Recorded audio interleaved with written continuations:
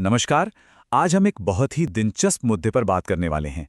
देखिए, दो बिल्कुल अलग-अलग दिशाओं से कुछ ऐसी घटनाएं हो रही हैं जो भारत के लिए एक बहुत बड़ी स्ट्रेटेजिक चैलेंज, मतलब एक रणनीतिक चुनौती खड़ी कर रही हैं। और ये शायद भारत की फॉरेन पॉलिसी की सबसे बड़ी परीक्षाओं में से एक साबित हो सकती है। तो सवाल ये उठता है कि हो क्या रहा है। एक तरफ तो एक नया डिफेंस पैक्ट साइन हो जाता है और दूसरी तरफ अचानक से सैंक्शंस लग जाते हैं। तो क्या ये सब मिलकर भारत की एक रणनीतिक घेराबंदी कर रहे हैं? आइए इसी सवाल को थोड़ा गहराई से समझने की कोशिश करते हैं। तो चलिए सबसे पहले पश्चिम की तरफ नजर डालते हैं। यहां सऊदी अरब और पाकिस्तान के बीच एक नया सिक्योरिटी पैक्ट हुआ है और ये पैक्ट पूरे इलाके के सिक्योरिटी डायनामिक्स को, मतलब सुरक्षा के समीकरणों को पूरी तरह से बदल सकता है। अब देखिए, ये कोई मामूली एग्रीमेंट नहीं है कि बस हाथ में ला लिया। नहीं, ये एक म्यूचुअल डिफेंस ट्रीटी है सऊदी अरब और परमाणु शक्ति वाले पाकिस्तान के बीच। इसका सीधा सीधा मतलब है कलेक्टिव डिफेंस, यानी सामूहिक रक्षा का सिद्धांत। अब ये कितना सीरियस है, इसका अंदाजा आप ऐसे लगाइए कि ये समझौता नेटो के मशहूर आर्टिकल 5 जैसा है। मतलब अगर सऊदी अरब या पाकिस्तान दोनों में से किसी एक पर भी हमला होता है तो उसे दोनों पर हमला माना जाएगा। तो समझ रहे हैं, ये कोई हल्की फुल्की दोस्ती नहीं है, ये एक बहुत ही गंभीर मिलिट्री कमिटमेंट है। तो सवाल ये है कि ये गठबंधन हुआ क्यों? इसके पीछे कई बड़े कारण हैं। पहला, सऊदी अरब को इजराइल की परमाणु ताकत से डर लगता है और पाकिस्तान उसे एक तरह का न्यूक्लियर अम्ब्रेला, एक परमाणु छाता दे रहा है। दूसरा, हाल ही में कतर पर जो हमले हुए उससे सऊदी की चिंताएं और बढ़ गई हैं। और सबसे दिलचस्प बात, इस पूरी डील को अमेरिका का एक तरह से मौन समर्थन भी मिला हुआ है। अब भारत के लिए इसका क्या मतलब है? मतलब सीधा और बहुत गंभीर है।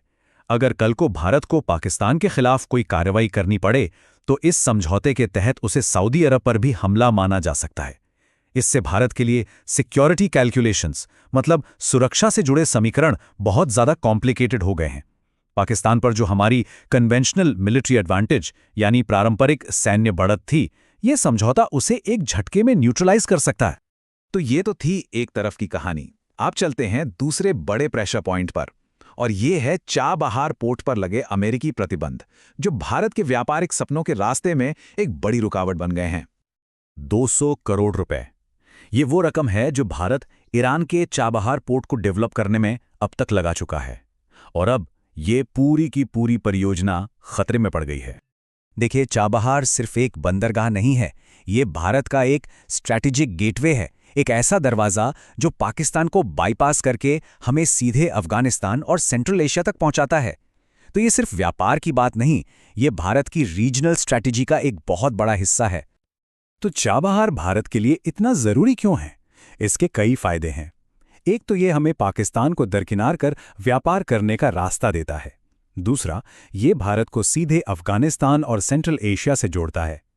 तीसरा, ये INSTC यानी international north south transport corridor का एक बहुत ज़रूरी हिस्सा है जो आगे जाकर हमें रूस से कनेक्ट करता है। और चौथा, ये पाकिस्तान में चीन के बनाए ग्वादर पोर्ट के लिए एक स्ट्रेटेजिक काउंटरवेट यानी एक रणनीतिक जवाब भी है। यहाँ पर अमेरिका का रोल बड़ा दिलचस्प है। देखिए, 2018 में अमेरिका ने ही भारत को ईरान पर लगे सैंक्शन से छूट दी थी ताकि चाबहार पोर्ट का काम चलता रहे। बदले में भारत ने ईरान से तेल खरीदना बंद कर दिया था। सब ठीक चल रहा था। लेकिन 2024 में जैसे ही भारत और ईरान ने इस पोर्ट को चलाने के लिए 10 साल का एक नया कॉन्ट्रैक्ट साइन किया, अमेरिका ने वो छूट अचानक से वापस ले ली। ये एक जबरदस्त यू टर्न है, एक बहुत बड़ा पॉलिसी शिफ्ट। तो अब तक हमने दो अलग अलग घटनाओं की बात की, एक सऊदी पाकिस्तान समझौता और दूसरा चाबहार पर प्रतिबंध। ऊपर से देखने में ये अलग लग सकती हैं, लेकिन जब हम इनके डॉट्स को कनेक्ट करते हैं तो भारत पर पड़ रहे स्ट्रेटेजिक प्रेशर की एक पूरी तस्वीर साफ हो जाती है। तो तस्वीर अब बिल्कुल साफ है ना? एक तरफ है सऊदी पाक समझौता, जिसे अमेरिका का मौन समर्थन हासिल है। ये हमारी पश्चिमी सीमा पर सुरक्षा की चुनौतियां बढ़ा रहा है। और दूसरी तरफ है चाबहार पर प्रतिबंध, जो अमेरिका की सीधी कार्रवाई है। ये हमारे व्यापार और सेंट्रल एशिया तक पहुंच के रास्ते को रोक रहा है। मतलब दोनों ही मामलों में, चाहे सीधे हों या परोक्ष रूप से, दबाव भारत पर ही बन रहा है। और ये दोनों ही घटनाएं भारत की एक बहुत पुरानी और महत्वपूर्ण विदेश नीति को सीधे सीधे चुनौती देती हैं। वो नीति है स्ट्रेटेजिक ऑटोनॉमी, यानी रणनीतिक स्वायत्तता। इसका मतलब है कि भारत अपने फैसले किसी भारी दबाव के बिना अपने हितों को ध्यान में रखकर लेगा, और अब इसी नीति का असली टेस्ट हो रहा है।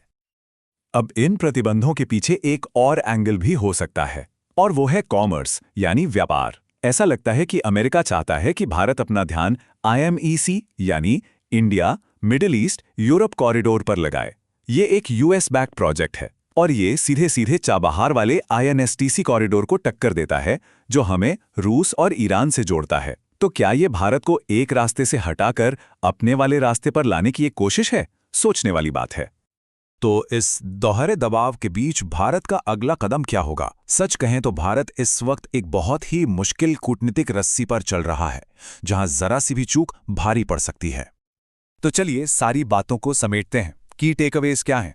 पहला, भारत की पश्चिमी सीमा पर सुरक्षा की नई चुनौतियां खड़ी हो गई हैं। दूसरा, चाबहार के जरिए सेंट्रल एशिया तक पहुंचने का हमारा स्ट्रेटेजिक रास्ता अब बंद हो गया है। तीसरा, ईरान और रूस जैसे देशों के साथ आज़ादी से रिश्ते बनाए रखने की हमारी क्षमता पर सवाल उठ रहे हैं। और ये सब मिलाकर भारत की स्ट्रेटेजिक ऑटोनॉमी की नीति का अब तक का सबसे बड़ा इम्तिहान ले रहे हैं। और ये सब हमें एक बहुत बड़े और मुश्किल सवाल के साथ छोड़ जाता है। सवाल ये है कि कोई भी देश अपनी स्ट्रेटेजिक इंडिपेंडेंस, अपनी रणनीतिक स्वतंत्रता को कैसे बनाए रख सकता है जब उसके अपने ही पार्टनर्स उसके रास्ते में नई रुकावटें खड़ी कर रहे हों। ये आज की इस बंटी हुई दुनिया में भारत जैसी शक्तियों के लिए सबसे बड़ा सवाल है। अगर ये एनालिसिस आपको यूज़फुल लगा तो वीडियो को लाइक और शेयर कीजिए, चैनल को सब्सक्राइब